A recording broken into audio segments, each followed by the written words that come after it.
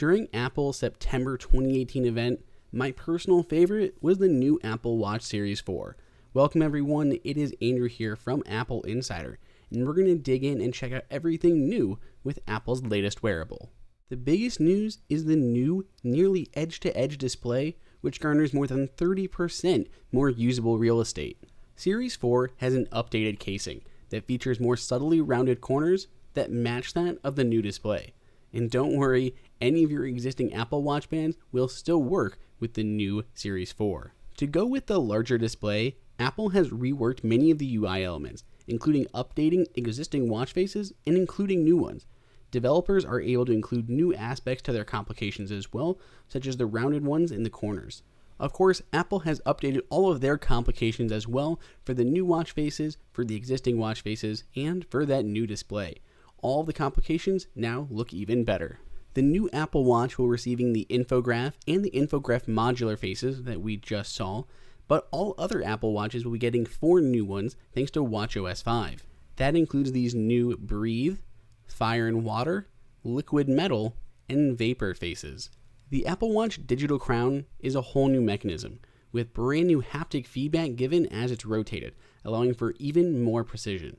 It is 30% smaller than last generation, but somehow fits in 20% more parts. Within that new digital crown is a series of sensors, which are also present on the rear of the watch. Touching both of these sensors at the same time completes an electric circuit and makes it possible to actually take an ECG right on your watch.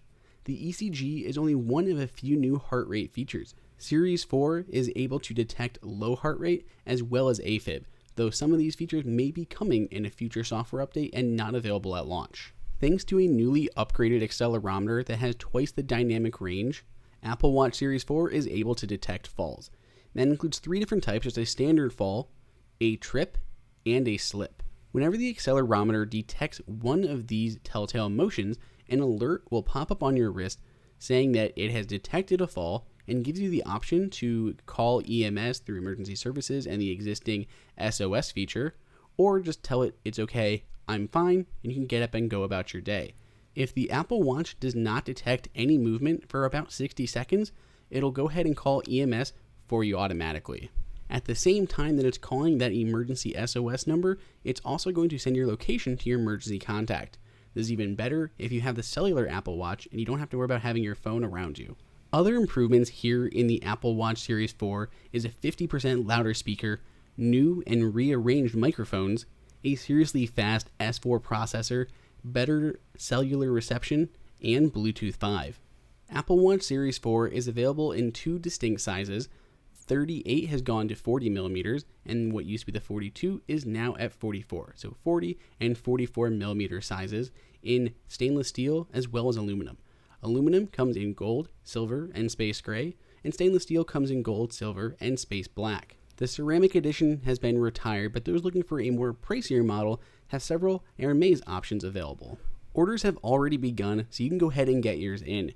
Getting started with the basic aluminum model with the sports band at the 40 millimeter size will run you $399, and you can go all the way up on the high end to $1499 for one of the Hermes. Let us know which model you happen to pick up down below in the comments.